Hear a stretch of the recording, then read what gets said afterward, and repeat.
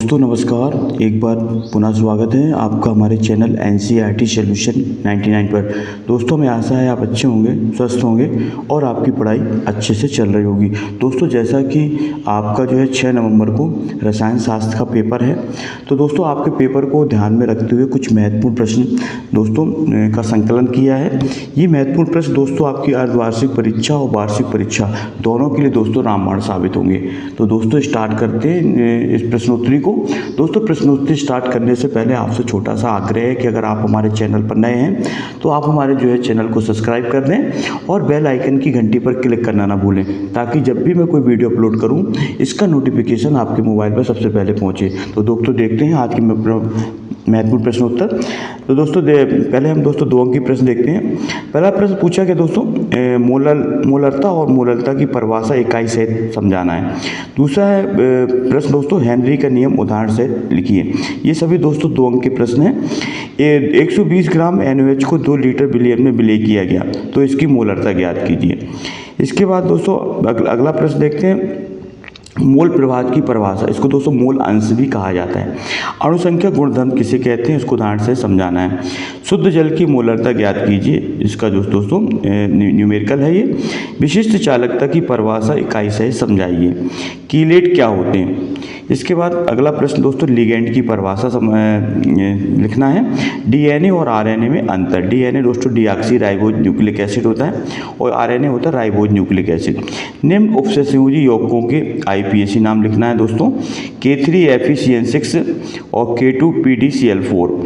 इसके बाद द्विक लवण और संकुल लवण में अंतर समझाना है। इसके बाद दोस्तों संक्रमण धातु एक अच्छी उत्प्रेरक होती है, ये बताना आपको कि संक्रमण धातु जो है एक अच्छी उत्प्रेरक होती हैं। समन्वय संख्या को परिभाषित करना है। आयनन समावयवता को उदाहरण से समझाइए। रेशेदार एवं गोलाकार प्रोटीन में अंतर स्पष्ट करना है। एंजाइम क्या होते हैं। दोस्तों एंजाइम जटिल नाइट्रोजन युक्त कार्बनिक यौगिक होते हैं जो जैव रासायनिक क्रियाओं को प्रेरित करते हैं। प्रोटीन के विकृतीकरण से क्या तात्पर्य। प्रोटीन की कमी से होने वाले 2 रोगों के नाम बताना है। ओम का नियम समझाइए दोस्तों। ओम का नियम फिजिक्स में भी है आपका और केमिस्ट्री में है कि जो विभवांतर होती है दोस्तों वो धारा की समानुपाती होती है। विलयन के अणुसंघ गुणधर्म किस कारक पर निर्भर करते हैं, ये भी दोस्तों प्रश्न बहुत ही महत्वपूर्ण है। सेल स्थिरांक किसे कहते हैं दोस्तों, इसकी परिभाषा याद करना है और उसकी इकाई भी याद करें। शून्य कोटि की अभिक्रिया उदाहरण से समझाइए।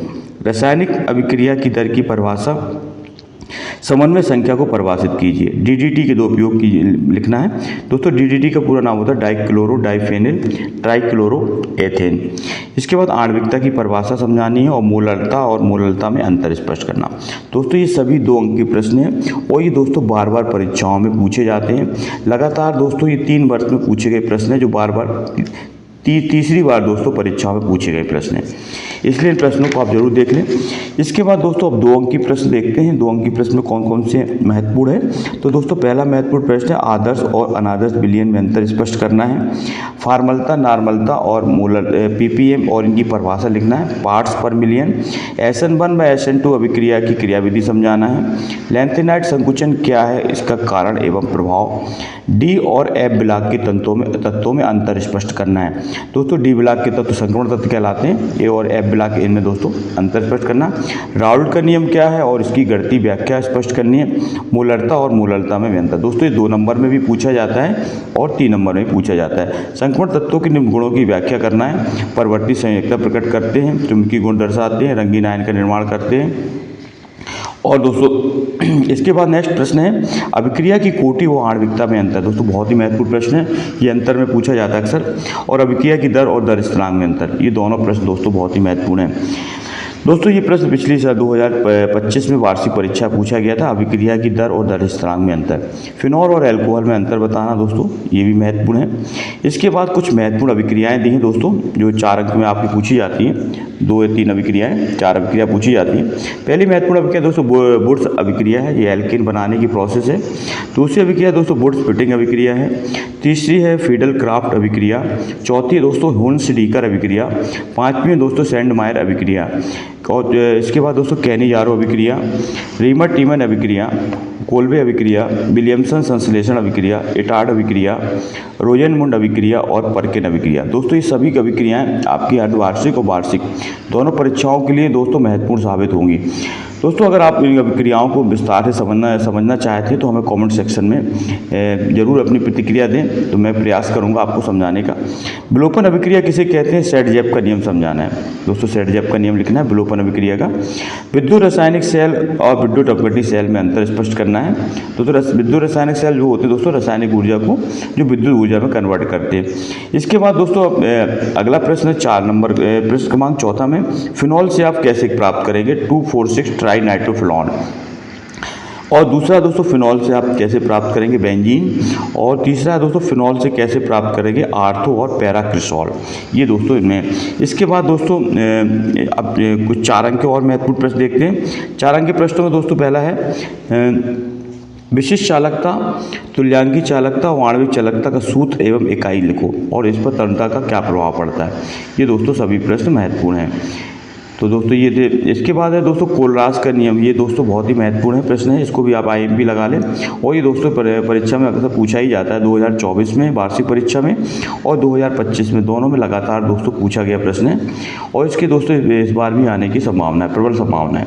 मानक हाइड्रोजन इलेक्ट्रोड क्या है, कैसे बनाया जाता है। संक्षारण क्या है, प्रभावित करने वाले कारक बताना। तो संक्षारक दोस्तों एक जो है रासायनिक अभिक्रिया होती है जिसमें दोस्तों जो धातुएं जो होती है नमी और वायु की उपस्थिति में एक जो भूरे रंग की परत चढ़ जाती है दोस्तों इनके ऊपर, इसको संक्षारण कहते हैं, जिससे धातु क्या होती है धीरे धीरे नष्ट हो जाती है। मोलल क्वथनांक उन्नयन स्थिरांक क्या है, मोललता और मोलल क्वथनांक उन्नयन स्थिरांक में संबंध बताना है। मोलल हिमांक अवनमन स्थिरांक किसे कहते हैं, मोललता और हिमांक में अवनमन संबंध बताना है। सिद्ध कीजिए प्रथम कोटि की अभिक्रिया का अर्धायुकाल। प्रथम कोटि की अभिक्रिया का अर्धायुकाल अभिकारक की दोस्तों प्रारंभिक सांद्रण पर निर्भर नहीं करता।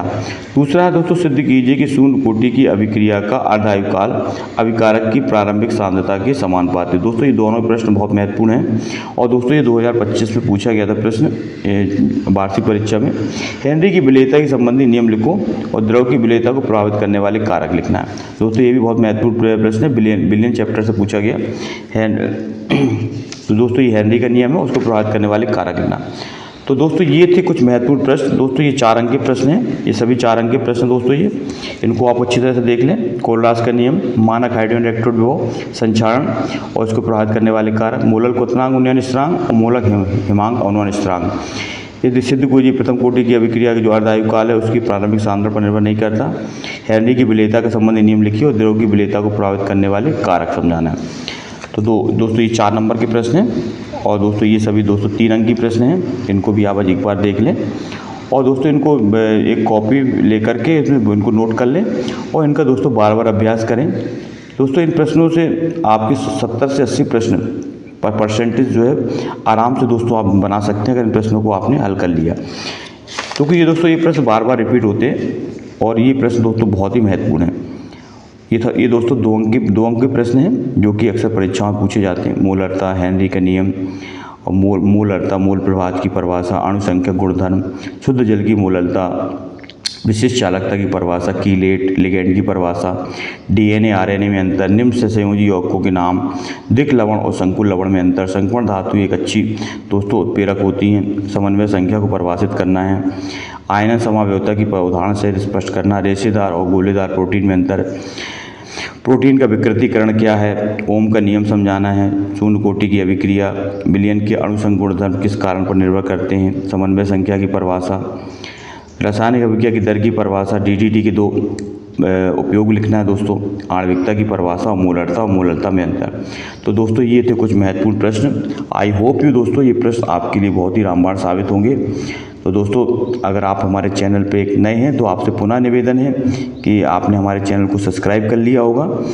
और दोस्तों नेक्स्ट वीडियो में फिर मिलते हैं। आपका दिन शुभ हो। जय हिंद, जय भारत, वंदे मातरम दोस्तों।